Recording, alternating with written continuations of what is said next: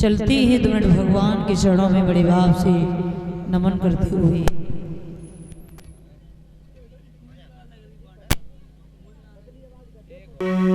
आइए, बड़े भाव से बोलते हुए चलेंगे।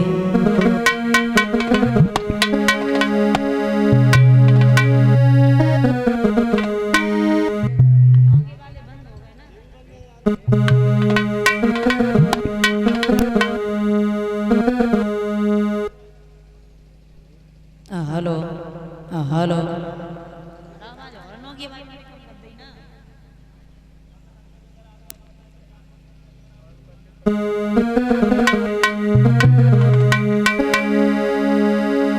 आरे अयो तो मेरी देवी शारदा और स्वर्ग रे लोक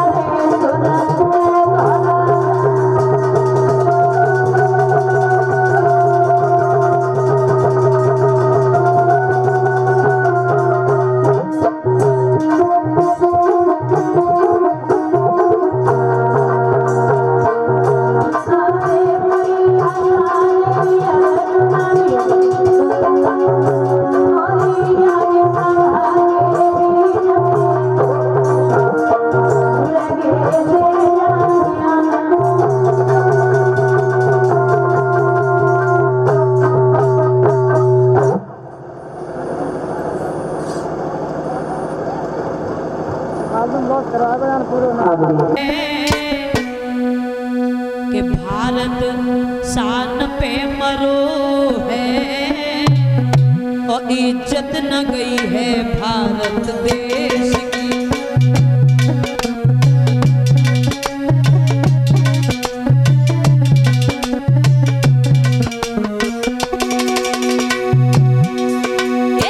रानी लक्ष्मी बाई को देखो अमर कर गई झांसी। घूमट की ओट में चलने वाली भारत की माताएं भी किसी से कम नहीं रही। ध्यान रखना दादा। ये रानी लक्ष्मी बाई को देखो अमर कर गई झांसी।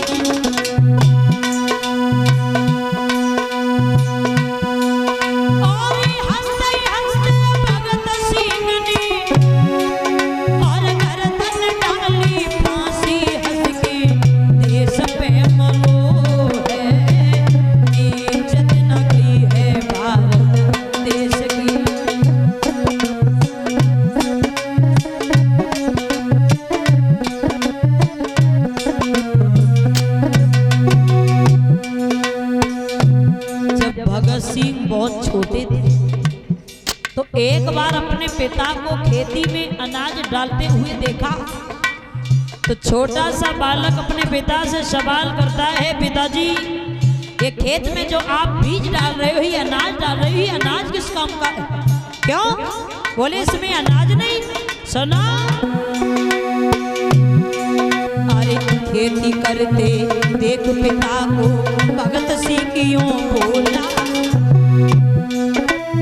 मका बाजरा कोई मत भइयो बहु बहु के बोला। मका बाजरा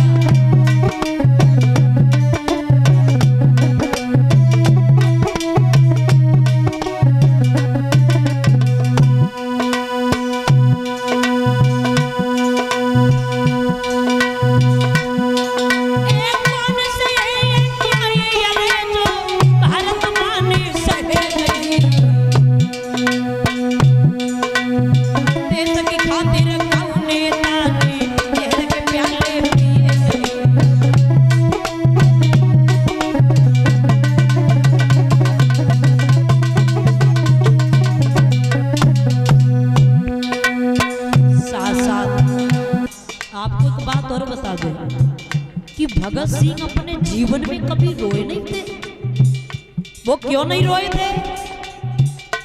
और एक बार इतने रोए कि उन्हें कोई शांत करने वाला नहीं था। वो कब रोए? जब भगत सिंह राजगुरु सुखदेव को फांसी पर लटका दिया। देखो वकील ने पूछ लिया, रे भगत सिंह लोग अपने घर के पीछे नहीं मरते और तुम देश की खातिर जान देने जा रहे हो, जाते जाते अपने गुरु का नाम तो बता दो। गुरु का नाम जिस समय सुना है तो भगत सिंह फांसी पे लटक के बहुत रोए। वो क्यों रोए? इनके गुरु का नाम था स्वामी दयानंद।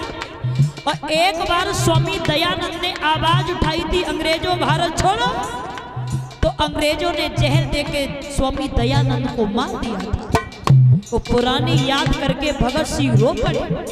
कौन से अन्याय हैं जो वो अंग्रेजों ने भारत में आकर के किए नहीं। आज जब देखते हैं तो वही अंग्रेज वृंदावन में जाकर के मस्तक टेकते हैं। सबकी बुद्धि ठिकाने है, लेकिन याद करना देन उन वीरों की है, सपूतों की है जो हम लोगों को आजाद करके चले गए। याद रखना भैया।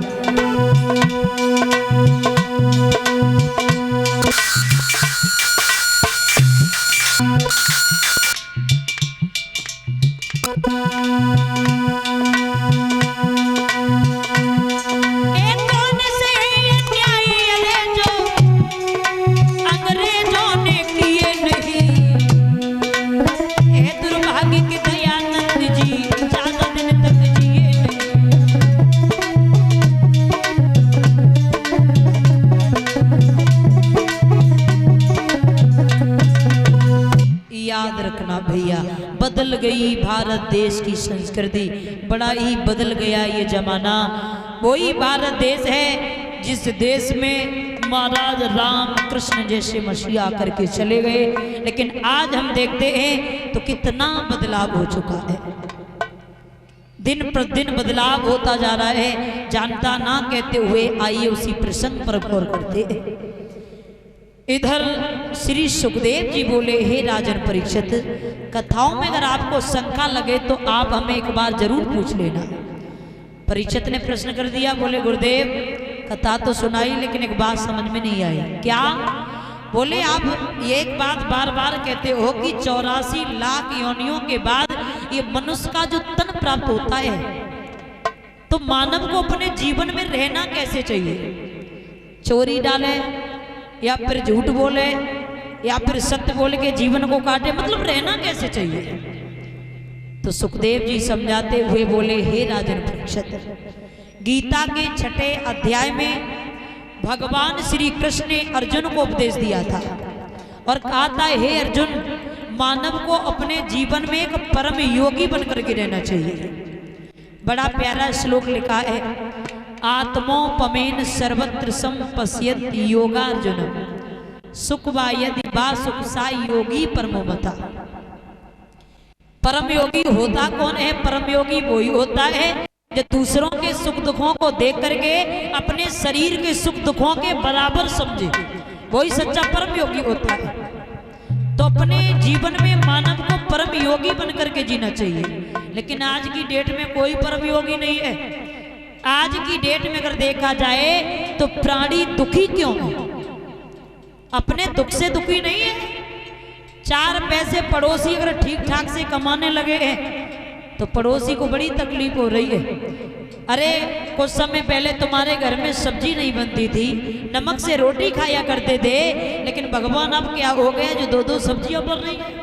यानी दूसरे के सुख को देख करके दुखी है, अपने दुख को देख करके दुखी नहीं है। गोस्वामी तुलसीदास ये लिखते हैं कि मानव को अपने जीवन में हमेशा परम योगी बनकर के जीना चाहिए। दूसरों के हित में जीना, इससे बड़ा कोई धर्म नहीं होता। में वर्णन किया है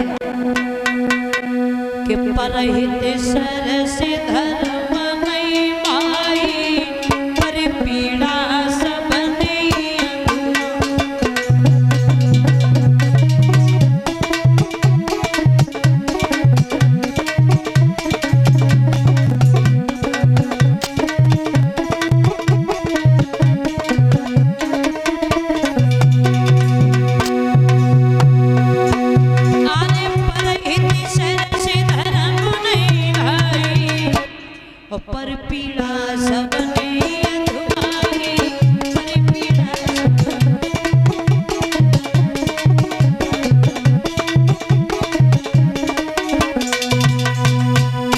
परहित सरस धर्म नहीं भाई, पर पीड़ा सब नहीं अधमाई।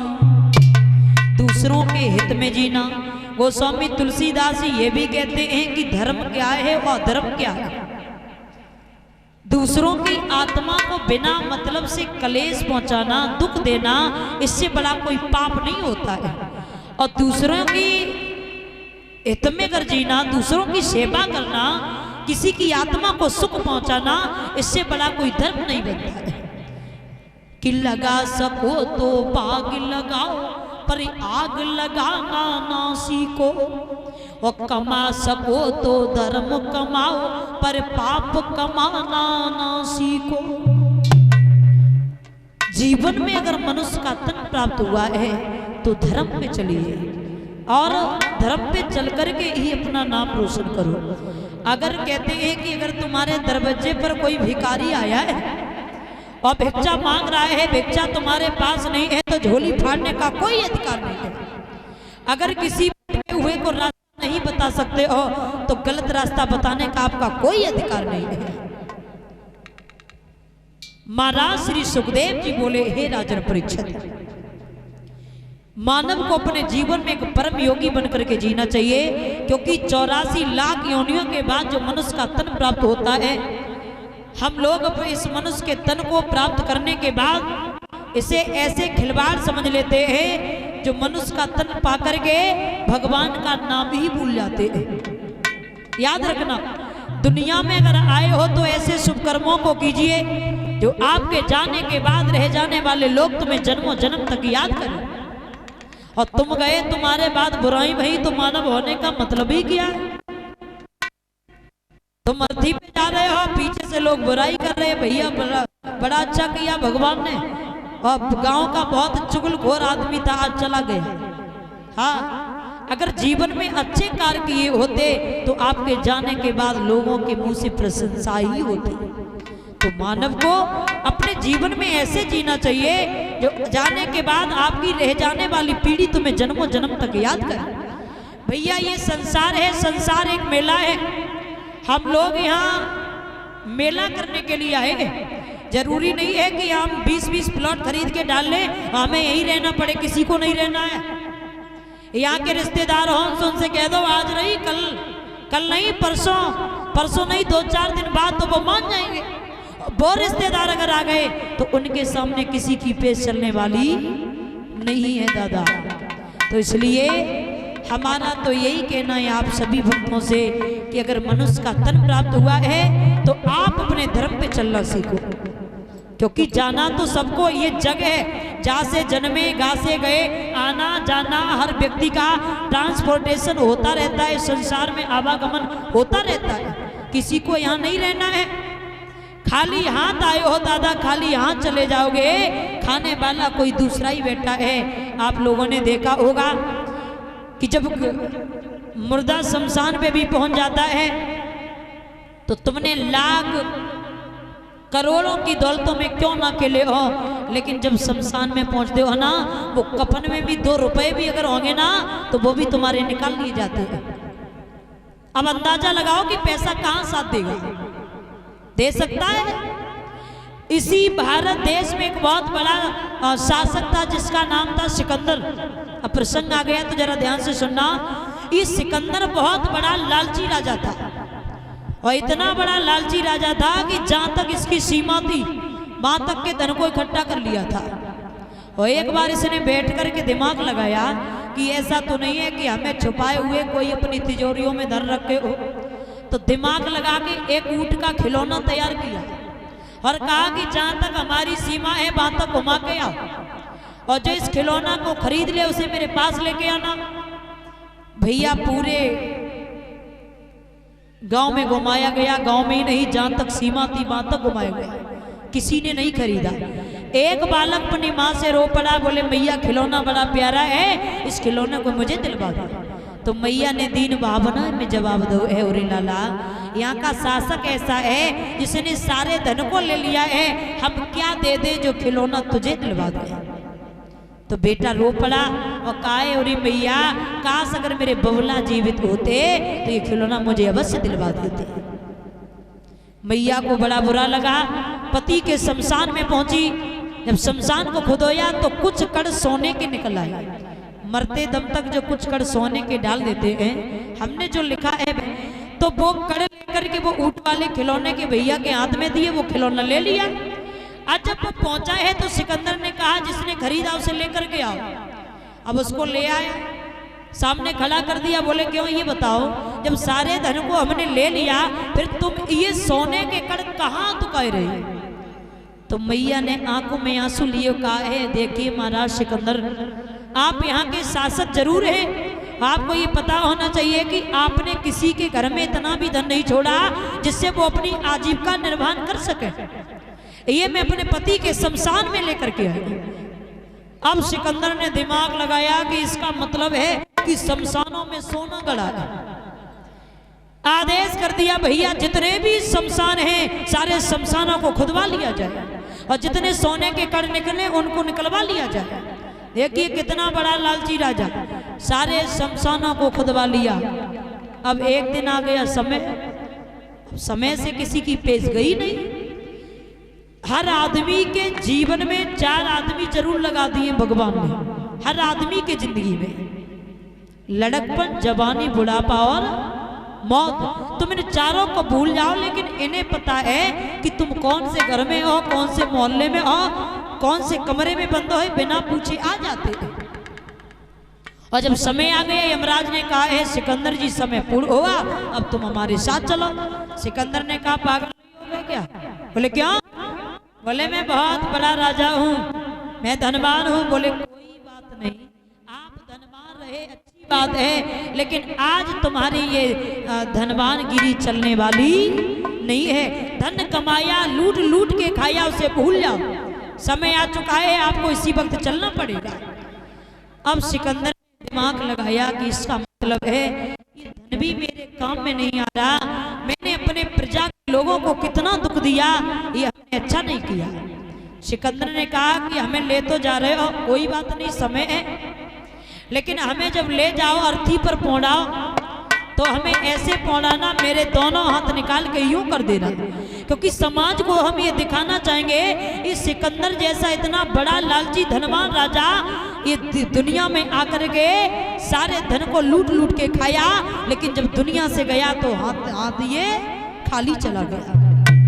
जब सिकंदर दुनिया से गया उसके बाद किसी ने चंद्र पंक्तियां लिखी, बड़ी प्यारी वो पंक्तियां हैं कि जो सारे मुल्क के माली थे, जो सारे मुल्क के माली थे, जिनके रंगीन ख्वाब थे, और सिकंदर जब गया दुनिया से तो दोनों हाथ खाली थे। आप लोगों ने ये भी देखा होगा कि कई जगह हमने तो देखा है कि अर्थी जब जाती है तो कुछ लोग पैसे की बरसात कर देते हैं, करते हैं ना। कभी अनुमान लगाया ये पैसा फेंका क्यों जाता है? ये पैसा फेंकने का मतलब हमारे ख्याल से तो कुछ और नहीं है। ये पैसा फेंकने का मतलब एक ही है कि सारी जिंदगी तू पैसा के लिए मरता रहा। अगर आज हमें 10 रुपए का फायदा हो गया, शाम को खाना तसल्ली से नहीं लिया, कल टाइम से पहुंच गए, सारी जिंदगी एक एक रुपया के लिए मरता रहा। और जब अर्थी पर पहुंचाया जाता है, जब पैसा फेंका जाता है तो संकेत किया जाता है कि सारी जिंदगी जो पैसे के लिए मरता रहा, अरे अब मुर्दा बन के क्यों लेटा है, ये पैसा पड़ा है, जो अगर दम है इस पैसे को उठा ले। ये माया किसी की नहीं हुई, मत करो इस माया पर गुमान, ये माया यही पड़ी रहेगी दादा। लोग माया के इतने बड़े दीवाने हो जाते हैं जो परमपिता परमात्मा को भी भूल जाते हैं। एक कवि चेतावनी भजन में लिख रहा है, बड़ा ही सुंदर वर्णन किया है।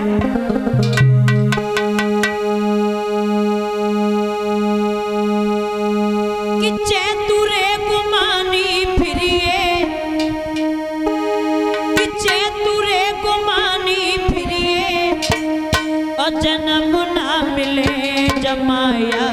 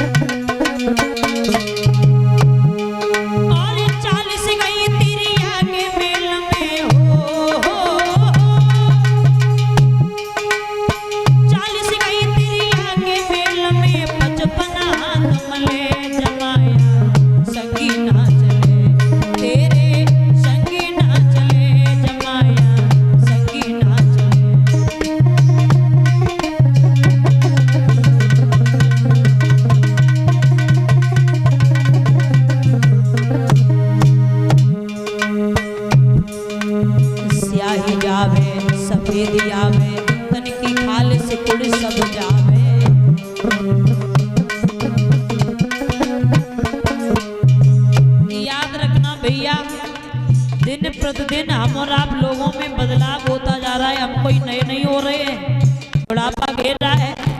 और भगवान संकेत करते हैं, सर्वप्रथम बाल जब सफेद होते हैं ना तो प्रभु कहते हैं अरे मूर्ख प्राणी, इन बालों का ख्याल कर ले। तो प्राणी बड़ा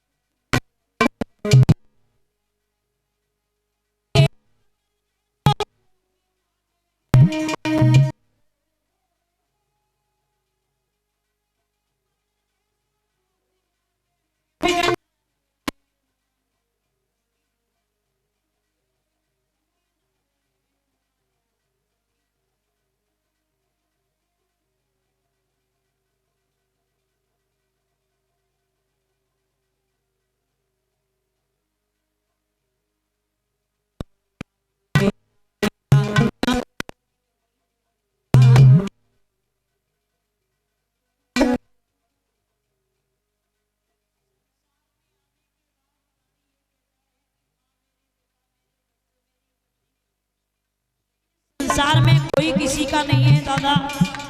और आप लोगों ने भी देख लिया होगा जब कोरोना वायरस का टाइम चल रहा था,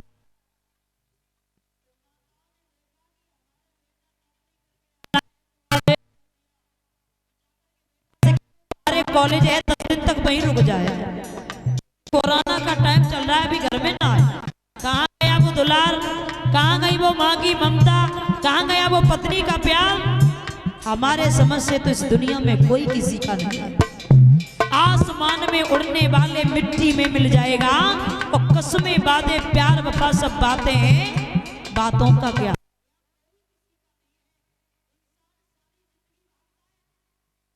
भैया आज फरुखाबाद है, कल कहाँ, कल मैनपुरी, परसों कोरावली, सारी जिंदगी भागता है। लेकिन दौड़ अगर केवल और केवल है तो शमशान तक ही तेरा अंत है। शमशान से आगे किसी ने दौड़ आज दिन तक लगा ही नहीं पाई। चाहे कितना भी बड़ा धनवान हो, चाहे कितना भी बड़ा निर्धन हो, चाहे गरीब हो, चाहे कितना भी बड़ा अमीर हो, चाहे मेहतर हो, चाहे ब्राह्मण हो, शमशान ही उसका नाम है। वहां सबके लिए एक जगह है, समान है, लिखा है किसी ने। क्यों करता तू मेरा मेरा, यहाँ पे कुछ भी नहीं है तेरा।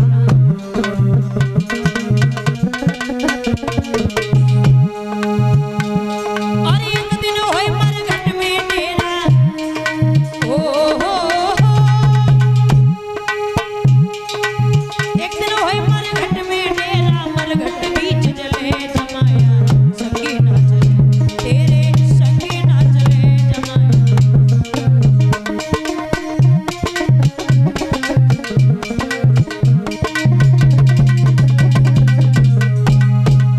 चैतुरे गुमाने फिर ये जन्म ना मिले, जमाया संग ना चले। किसी की सगी नहीं हुई है ये माया। आइए वही गौर करते हैं जहाँ कथा का प्रसंग चल रहा था। के संसार में कोई न सुखी है, अरे किसी न किसी बात से हर कोई दुखी है।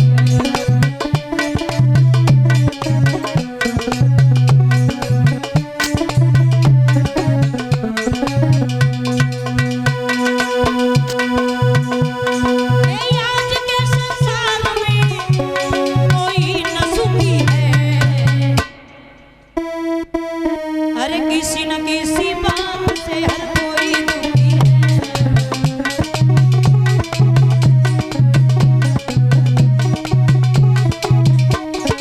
क्यों? कोई दुखी संतान से, कोई संतान, कोई दुखी अपमान से, कोई सम्मान से।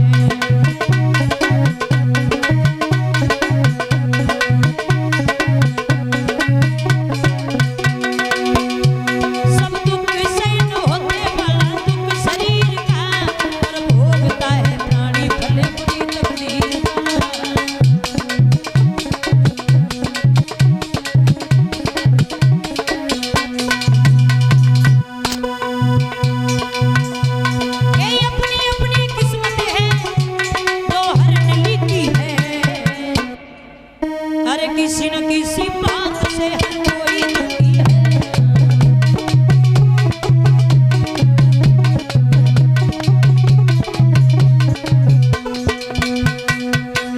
अरे किसी न किसी बात से हर कोई,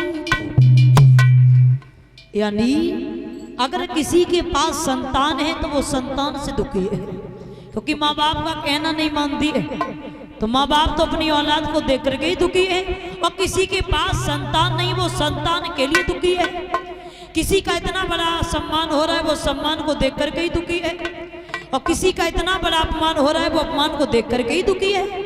किसी के पास भूख है तो भोजन नहीं है, और किसी के पास भोजन है तो भूख नहीं है। कैसे नजारे हैं तेरे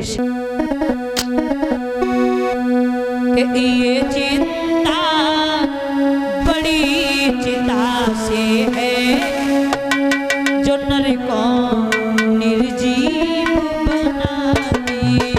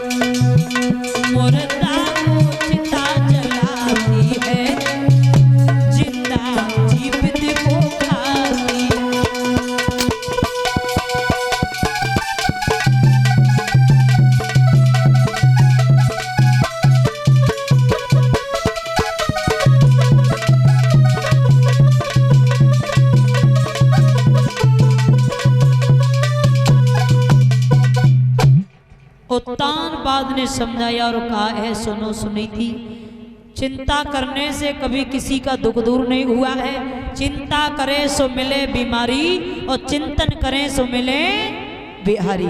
भगवान का भजन करो, भगवान का चिंतन करो, तो हो सकता है तुम्हारा दुख दूर हो जाए।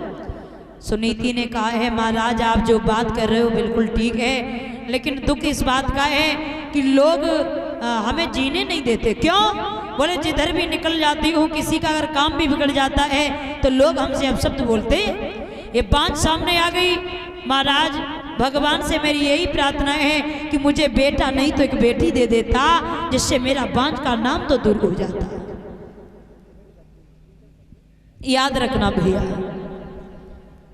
क्या कहा सुनीति ने कि बेटा नहीं एक बेटी दे देता। बहुत अच्छी बात रही जो सुनीति ने बेटी के लिए सोचा। आज की डेट में अगर हम देखते हैं तो हर व्यक्ति बेटा ही चाहता है, कोई बेटियों को नहीं चाहता है।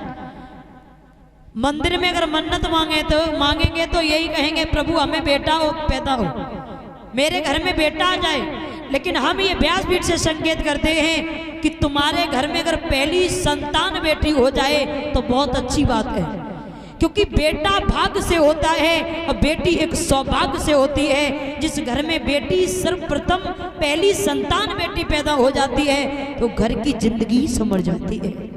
हमेशा हर किसी की पहली संतान बेटी होनी चाहिए। बेटी सौभाग्य से होती है। कहते हैं कि आज की डेट में अगर देखा होगा कि घर में अगर बेटा पैदा हो जाता है तो माँ बाप की खुशी का ठिकाना नहीं रहता है। 12 गांव जान लेते हैं कि फलाने सिंह के घर में बेटा पैदा हुआ है, और उसी घर में अगर बेटी पैदा हो जाए तो चेहरे पर 12 बच जाते हैं, सूख जाता है चेहरा। वही बेटा पैदा होगा तो लड्डू बटेंगे, और वही बेटी पैदा होगी तो बतासे बटवाएंगे। कितना अंतर है। लेकिन याद रखना, भारत देश में बेटियां किसी से कम नहीं रही, किसी से कम नहीं है। बेटा आन है तो बेटी सम्मान है, बेटा दीपक है तो बेटी चिराग है, बेटा गंगा है तो बेटी धार है। बेटा एक कुल का नाम रोशन करता है तो बेटियां 3 कुल का नाम रोशन करती है। पढ़ाए जाते हैं बेटा, पढ़ जाती हैं बेटियां। कोई नहीं चाहता है कि बेटियां पढ़ जाएं। जितना प्यार बेटा के लिए होगा उतना बेटियों के लिए नहीं होगा। माँ बाप भी यही कह देते, अरे बेटी को तो पराए घर जाना है, बेटा यहीं रहेगा तो इसे थोड़ा अच्छे से पढ़ा लो, इसे हॉस्टल में कर दो, और बेटी ये गांव वाले कॉलेज में जाती रहेगी। पढ़ाए जाते हैं बेटा, पढ़ जाती हैं बेटियां, और बढ़ाए जाते हैं बेटा लेकिन बढ़ जाती बेटियां। लाड़ लड़ाए जाते हैं बेटा, लाड़ लड़ जाती हैं बेटियां, और उड़ाए जाते हैं बेटा, कल्पना चावला जैसी उड़ जाती है बेटियां। बेटियां किसी से कम नहीं है। आज की डेट में अगर देखा जाए तो बेटों से आगे बेटियां हैं। जो बेटा काम करके नहीं दिखा सकता वो बेटी काम करके दिखाती है। लेकिन निवेदन है, आप हकीकत में अच्छी हो, बढ़िया हो, बेटियों से मुझे बड़ा प्यार है, बड़ा प्रेम है, लेकिन दुख तब होता है जब अपने चरित्र से गिर जाती है। बेटियों का मुझे यही दुख नहीं देखने में, मुझे अच्छा ही नहीं लगता है। जो बेटी चरित्र से गिर जाए फिर दुनिया में उसका कोई सम्मान नहीं करता है। तो बेटियां हर किसी से आगे हैं। सेवा है तुम्हारे अंदर, समर्पण है, भाव है। अगर किसी को सेवा से जीतना चाहे तो भारत की बेटियों से सीखे। इनके अंदर सेवा का बड़ा भाव होता है। कोई घर पे अतिथि आ जाए तो 4 बार पानी की पूछेंगी। और याद रखना, वो बेटा इतनी सेवा नहीं कर पाएगा। अगर पिता खेतों से आता है तो अगर एक आवाज लगाता है बेटा को, बेटा नहीं होता है तो बेटी भाग करके लोटे में पानी देती है। बेटियां तो बेटियां होती है।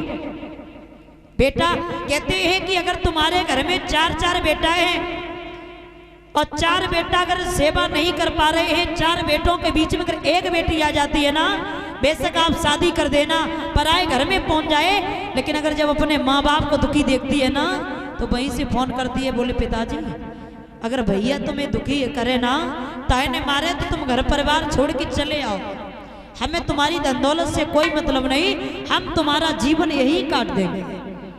तो धन्य बेटियां, सुनीति ने मन में विचार किया, है परमात्मा बेटा नहीं मुझे बेटी दे देता ताकि मेरा ये बांझ का नाम दूर हो जाता। महाराज ने समझाया और तानबाद ने कहा है देखो भद्रे, ये सब अपने कर्मों की खेती है। हो सकता है मैंने अगले जन्म में ऐसे खोटे कर्म कर दिए हो जो भगवान ने इस जन्म में मुझे संतान नहीं दी, लेकिन ये दुख मत, ये दुख दिया है, ये दुख और सुख दोनों भगवान के जोड़े हैं। अगर सुख तुम्हें प्यारे थे तो ये आज दुख है तो दुख भी अपने प्यारे ही समझ के जीवन को काट लो। दोनों भगवान के हैं, सुख भी प्रभु के हैं और दुख भी प्रभु के हैं। इसलिए सुनीति भगवान का भजन करो, भगवान का चिंतन करो। रानी ने रो करके जवाब दिया, ए महाराज बात वो कह रहे हो ठीक है, लेकिन तुम्हें नहीं पता है सारी सारी रात हो जाती है, एक पुत्र के बिना, एक संतान के बिना मुझे रातों में नींद नहीं आती है। और रो करके बोली है नानी,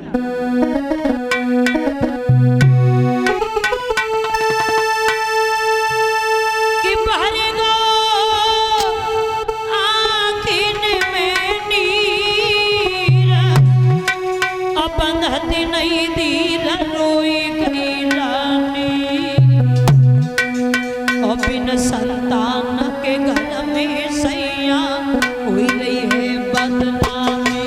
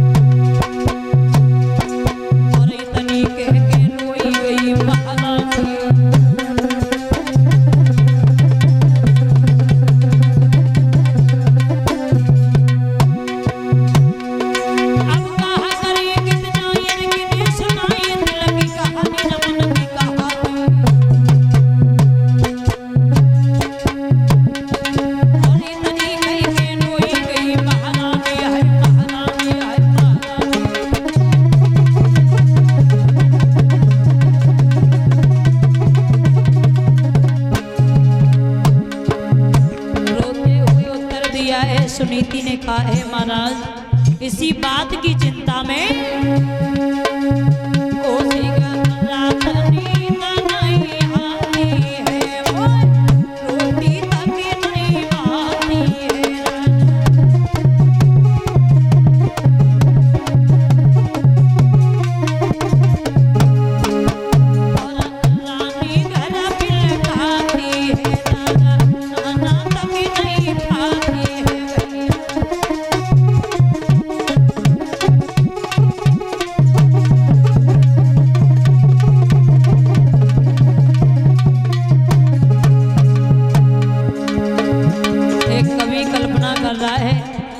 इस दुनिया में हकीकत में भगवान ने किसी को सर्व सुख नहीं दिया है। लिखा है